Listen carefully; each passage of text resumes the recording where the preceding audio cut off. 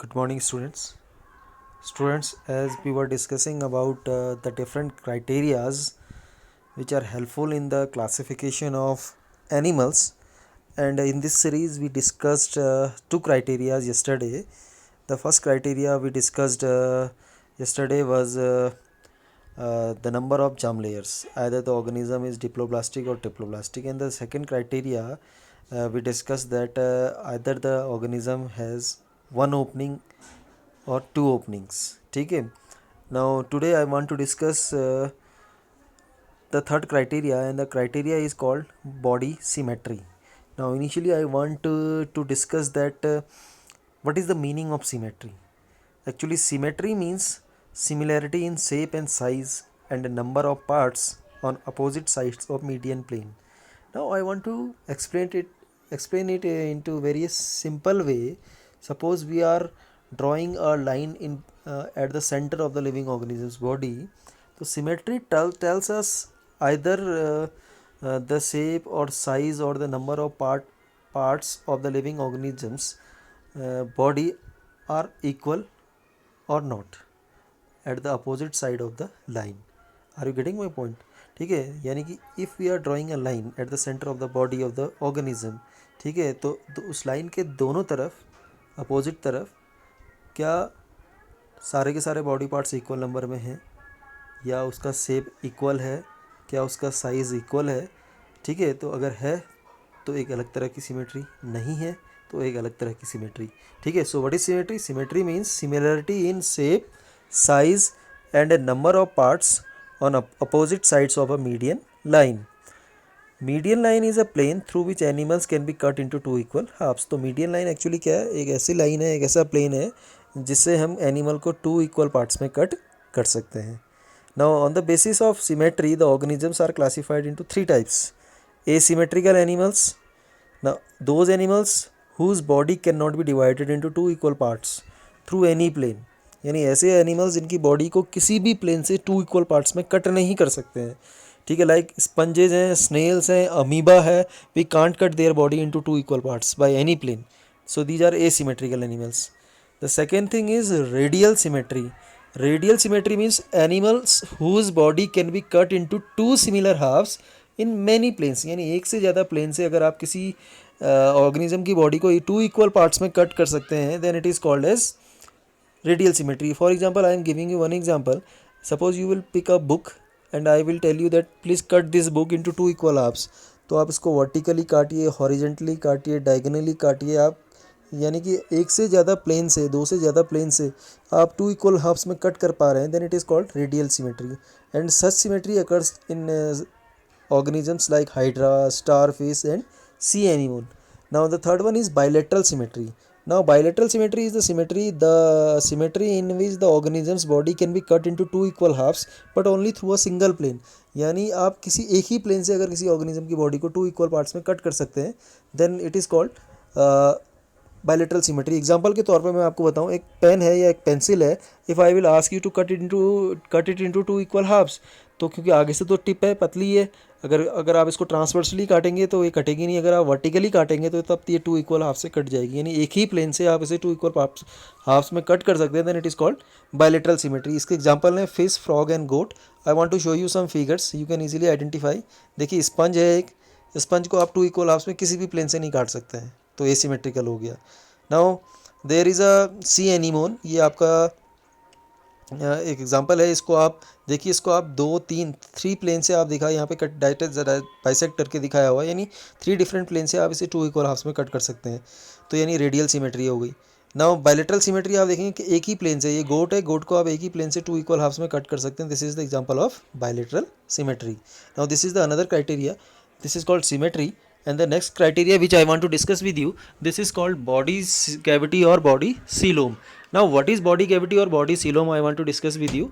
Okay, body cavity is actually the space between the body wall and the alimentary canal.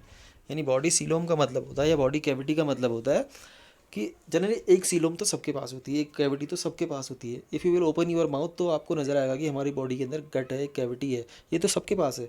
इसके अलावा जो एक cavity बनती है, ये कैविटी बनती है एलिमेंट्री कैनाल और जो क्या बोलते हैं कि बॉडी वॉल है, इसके बीच में जो कैविटी बनती है, this cavity is called as coelom, and this cavity is form due to the splitting of mesoderm. तो whenever, since we know that in triploblastic animal there are 3 layers, ectoderm outer most layer, endoderm inner most layer and mesoderm middle one layer. तो बीच की layer जो होती है split हो जाती है, 2 भागों में बट जाती है. बटने की वजह से उसके बीच में गैप आ जाता है, and this gap causes the production of the coelom और बॉडी कैविटी. ठीक है, सो बॉडी कैविटी क्या है, ये कॉन्सेप्ट क्लियर होना चाहिए. जनरली हम सोचते हैं कि जो माउथ की कैविटी है this is coelom, this is not coelom actually. ठीक है, this the actually coelom means a cavity formed between the body wall and the alimentary canal, and how it is produced during the embryonic development, split due to the splitting of the mesoderm layer, this cavity forms. ठीक है, so on the basis of the presence of this cavity or coelom, the organisms are classified into 3 types. एसीलोमेट जिनके पास कोई cavity नहीं है, स्यूडोसीलोमेट जिनमें cavity तो बनती है बट ट्रू कैविटी नहीं है, due to the scattering of mesoderm in some patches, बीच बीच में कहीं कैविटी सी नज़र आती है तो उसको बोलते हैं स्यूडोसीलोमेट, जैसे एसके एल्मेंथीज में देखी गई है. और एक होते हैं सीलोमेट जिनमें ट्रू कैविटी देखी गई है. Now one by one I will discuss about them. Acoelomate animals which do not have any body cavity. The space between the body wall and alimentary canal, कोई स्पेस नहीं होता है इनके बीच में, और जो जगह है this is filled with the parenchyma, और ये पैरेन्काइमा से भरी हुई रहती है. ठीक है, एंड द एग्जांपल्स लाइक आपका स्पंजेस हैं, आपके सीलेंट्रेट्स हैं और आपके प्लेटी एल्मेंथीज हैं, all these 3 phylums are the example of acoelomates. ठीक है, नाउ स्यूडोसीलोमेट्स कौन है. Now pseudocoelomates these are the animals show a false body cavity which is lined by the patches of the mesoderm. मैंने आपसे कहा था इनके मतलब मीजोडर्म पूरी कंप्लीटली नहीं फैली होती है, पैचेज में होती है. तो जहाँ पे पैच नहीं होगा वहाँ पे स्पेस रह जाएगा खाली, तो एक स्यूडोसीलोम टाइप की बन जाती है वहाँ पे. ठीक है, and this pseudocoelom is called as pseudocoel. ठीक है, एंड इसके अंदर एक फाइलम आता है aschelminthes. Only the aschelminthes is one example of the pseudocoelomate animals. And the third one is coelomate. Coelomate means those animals who are having true body cavity. और जितने भी ट्रिप्लोप्लास्टिक animals हैं means they have 3 germ layers, they mostly have coelom. ठीक है, and the mesoderm splits into 2 layers enclosing a body cavity called coelom, and the body cavity is filled with the fluid, and this fluid is called coelomic fluid. ठीक है, in some animals like cockroaches coelom is filled with the blood, hence it is called as hemocoel. तो कई organism है like cockroach जिसमें coelomic fluid के form में क्या होता है, ब्लड होता है. तो इस फ्लूइड को हीमो सील भी बोल देते हैं, ब्लड के लिए हीम वर्ड यूज़ में लाते हैं, तो हीमोसील भी इसको बोल देते हैं. ठीक है, ना ये here you can easily observe the figure. ठीक है, तो ये सीलोमेट आप देख रहे हैं. ठीक है, एक्टोडर्म है, मीजोडर्म है, एंडोडर्म है, इनके बीच में कहीं कोई स्पेस नहीं है. और ये डाइजेस्टिव कैविटी है, तो मैंने कहा था सबके पास होती है. नाउ सेकंड केस स्यूडोसीलोमेट है. स्यूडोसीलोमेट्स जो हैं, तो देखिए स्यूडोसीलोमेट्स में आप सबसे पहले बाहर वाली देखिए, आपको जो ब्लू कलर की दिख रही है दिस इज़ एक्टोडर्म, आपकी पिंक कलर की जो है मीजोडर्म, एंड येलो कलर की एंडोडर्म है. देखो यहाँ पर कहीं बीच में आपकी स्प्लिट नहीं हो रही है, पैचेज में प्रेजेंट होने की वजह से मीजोडर्म के बीच में एक कैविटी बन जा रही है. अब इसी डिफ्रेंशिएशन को आप यहाँ देख सकते हैं. देखिए यहाँ क्लियरली आपको नज़र आ रहा है आउटर मोस्ट ब्लू कलर का आपका एक्टोडर्म है. अब देखिए आपका स्प्लिट हो जा रहा है बीच में, मीजोडर्म जो है पिंक कलर का, दो दो पार्ट्स में स्प्लिट हो जा रहा है, तो बीच में कैविटी बन जा रही है. This is called coelom. फिर से आपको देखो पिंक नज़र आ रहा होगा, लास्ट में बीच में आपको अंत में सबसे इनर सर्कल जो दिख रहा है येलो कलर का, वो आपका एंडोडर्म है. ठीक है, और एंडोडर्म के अंदर आपको छोटी सी एक वाइटिस कलर का जो स्पॉट दिख रहा है वो आपका एलिमेंट्री कैनाल है. ठीक है, so these are the differentiation between coelomate, acoelomate and pseudocoelomate animals. ठीक है, compare, this was a comparative account. Clear. Now the next criteria, fourth criteria, third we discussed about symmetry, fourth we discussed about coelom. Now fifth I want to discuss with segmentation. Now segmentation के लिए एक word use करते हैं here. The segmentation is also called as metamerism.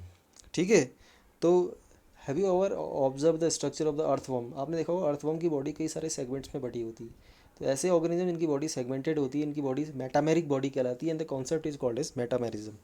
ठीक है, it's a series of segments arrange along with the body of the animal. तो यानी ऐसे ऑर्गेनिज्म जिनकी बॉडी सेगमेंट्स में अरेंज होती है, and these are called as metameric animals और segmented animals. when the external segmentation match with the internal segments. अब ये जो segmentation होता है केवल बॉडी के बाहर ही नहीं होता, ये segmentation बॉडी के अंदर भी होता है. such animals are called as metamerically segmented animals, and the example is earthworm, and here is the example. It's a very simple to identify. ठीक है, last body support, last criteria which generates one more criteria. ठीक है, and this is body support. the internal or external framework which provides support to the body is called skeleton. Since we know that body को support देने के लिए, structure को support देने के लिए देयर इज अ स्केलेटन. ठीक है. तो किसी के पास एंडोस्केलेटन होता है, तो किसी के पास एक्सोस्केलेटन होता है, तो किसी के पास दोनों तरह के स्केलेटन होते हैं, एंडो और exo. Now since we know that the for body support we require skeleton, and a skeleton may be of two different types, endoskeleton and exoskeleton.